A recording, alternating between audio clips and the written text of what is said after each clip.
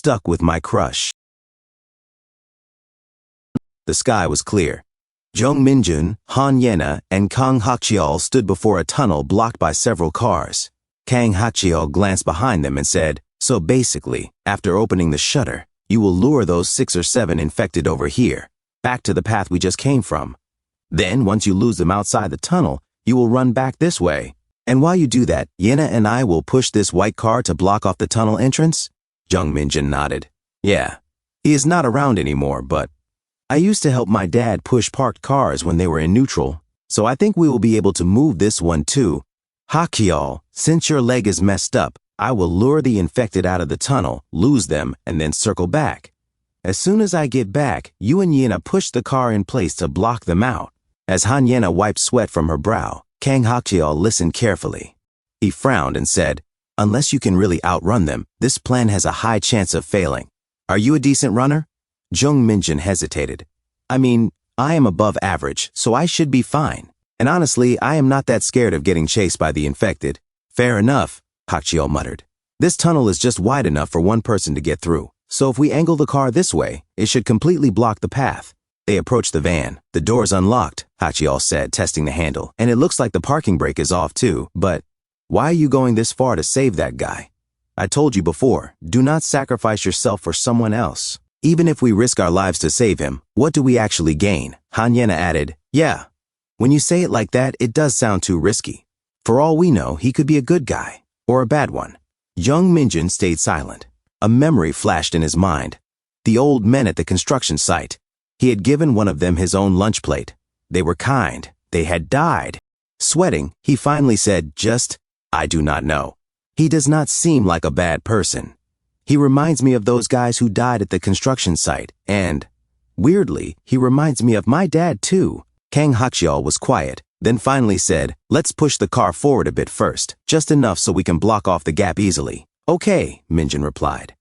A few moments later, Kang Hakcheol sat in the driver's seat.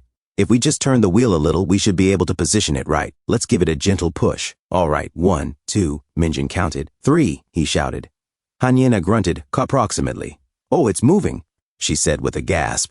Kang Hakcheol carefully steered the van as it inched toward the gap.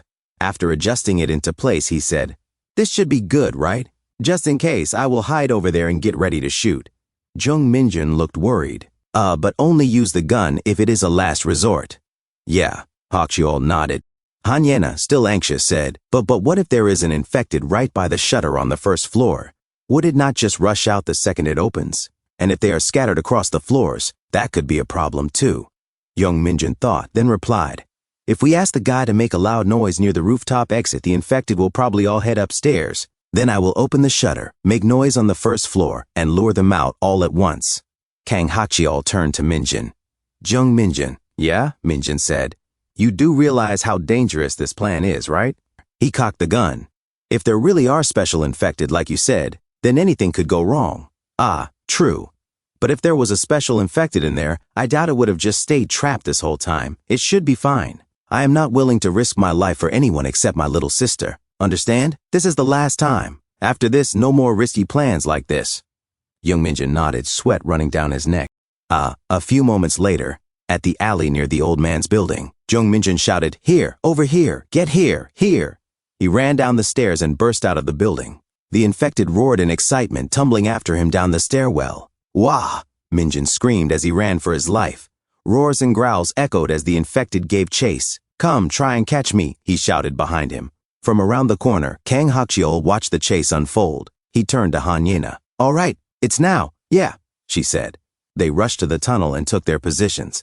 Han Yena, sweating, whispered, "Jung Minjun, please." Kang Hakcheol stared intently down the tunnel. Snarling and growling from the infected echoed from within. Suddenly, Jung Minjun appeared, running full speed. "Now!" he shouted. "Push it!" As Han Yena and Kang Hakcheol pushed the van toward the opening, they managed to block the path. The zombies' roars continued. Jung Minjun, catching his breath, said, "Whew, it worked." Han Yena said, "Good job." The old man, his voice trembling, said, "Thank you." Jung Minjun was shocked and confused to hear this from the old man. The old man continued, "Really, thank you so much. You saved my life." Jung Minjun said, "Sir, well, we should not stay here. Let's get somewhere safe first." Kang Hakchiol watched them silently. A few moments later, Jung Minjun asked, "Wait, how many butane cans do you have?" The old man replied, "The electricity and water are still working at home. It is just the gas that is out." He went on, "Lucky for us, our house is near the restaurant district, so I have been able to find food easily. I was planning to find a portable induction cooker, but ended up getting a ton of butane instead." Jung Minjun asked, How do you still have power, though?" The old man said, "We have solar panels, so we can run small electronics." Kang Hakchiol looked at the coolers and said, "Then as long as you stock up on food, you are basically set to survive. And actually, there is more useful stuff here than I expected." The old man nodded and said, "Honestly, I have been coming out once a day to search nearby and look for my daughter. So how about you students? Where are you headed?" Jung Minjun said, But you do not need to speak formally to us. We are way younger than you." The old man shook his head. "No, you saved my life." After approximately, Jung Minjun said, Just speak however you are comfortable then," he thought. To himself, he really does seem like a good guy. Han Yena said, You heard about the gangbuk lockdown, right? We are trying to escape before it happens." The old man said, That is going to be incredibly dangerous. Will you be okay?" Han Yena hesitated, then said, But earlier you mentioned you do not know where your daughter is." The old man sighed. Yes. Actually, the last I heard from her was the day this all started. She was on her way home. I left my wife and son at home and drove out to find her. My car got stranded, and I nearly died, but I somehow made it back. I should have evacuated my wife and son first, but the situation outside was so bad that I missed the chance. In the end, we decided to stay together as a family, just in case, however slim the chance, that my daughter comes home." Han Yena wiped sweat and said, I hope you really do find her." The old man changed the subject.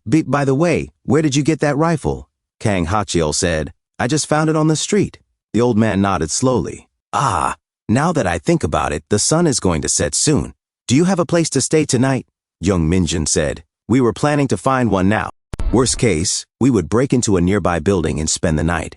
The old man smiled. "Then how about staying at my house tonight? It is close by, and it is a detached home with plenty of space. Electricity, running water, and food, everything is there." Jung Minjun and Han Yena exchanged looks and said, Kang Hakchiol said, "Really? That would honestly be a huge help." Han Yena asked, Is this really okay?" The old man said, "Yeah, it is fine." Jung Minjun said, "If Hakchiol says it is fine, then I guess it is." Han Yena nodded nervously. Yeah." Jung Minjun added, "If you have more stuff to carry, we can help you move it." The old man smiled gratefully. That would be great. Just do not overdo it." As the sun set, they arrived at the old man's place. He said, "Here it is." Jung Minjun was shocked. It really is a detached house, with solar panels too. Kang Hakchiol muttered to himself. A brick wall, a steel gate, even barbed wire. And it has running water. It is a perfect safe house. Jung Minjun cocked the rifle again. The old man looked shocked and confused, and asked Kang Hakchiol, Why are you loading your gun?" Kang Hakchiol said, I have just seen too many crazy people out there. Please understand, we are walking into a stranger's place after all. But as you can see, my friends and I are not bandits or anything." The old man wiped sweat from his forehead and said, Yeah. He then opened the door and shouted, "Honey, I am home." They entered inside. In a different scene, at the clinic. The room was quiet. Suddenly, the door was kicked open. Park Songbin stormed in and said, "Hey, fudge. Thought I was going to die again today. Barely made it." He wiped Jung Minjun's kitchen knife on his pants. Park Songbin continued, "But seriously, why are there so many jerks worse than the infected in this neighborhood? I think I have killed more people than infected at this point. This flipping place ought to be nuked and wiped off the map." He sat down and muttered, It is kinda cozy here. Might as well take a break."